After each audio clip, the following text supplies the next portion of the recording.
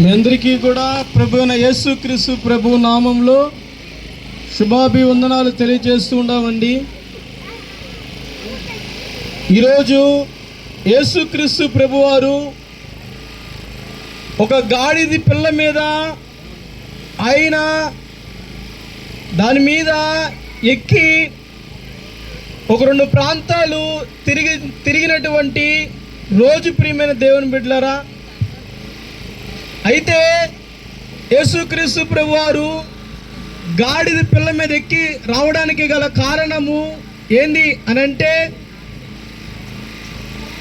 ఆయన ఆదరించేటువంటి దేవుడు, ఎంతో ప్రేమ కలిగినటువంటి దేవుడు, ఎంతగానో తనను తాను తగ్గించుకున్నటువంటి దేవుడు కనుక గాడిద పిల్ల మీద ఎక్కి వచ్చినటువంటి దేవుడుగా ఆయన ఉన్నాడు. ఆయన అనుకుంటే ఆయన కొరకు గుర్రం రావచ్చు, లేదా కావాలనుకుంటే సింహం రావచ్చు, ఏదైనా కూడా రావచ్చు. ప్రియమైన దేవుని బిడ్డలారా, బైబిల్లో కూడా ఒక సందర్భం ఉన్నదండి.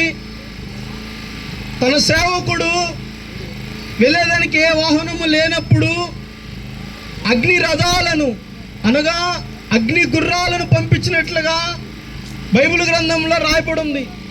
వానికి పంపించినటువంటి దేవుడు, కానీ ఆయన దీనుడుగా, ఎంతగానో దరిద్రుడుగా, ఎంతగానో దీన స్థితిలో ఆయన ఒక గాడిద పిల్ల మీద ఎక్కువ వచ్చినటువంటి దినముగా మనం చూస్తూ ఉన్నామండి.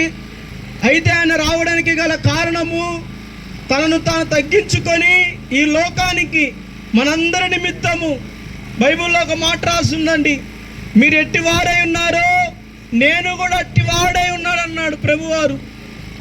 అయితే గాడిద పిల్ల దేనికి సాదృశ్యం అంటే ప్రియమైన దేవుని బిడ్డలారా, అది చాలా నెమ్మదిగా ఉంటుంది, చాలా ప్రశాంతంగా ఉంటుంది.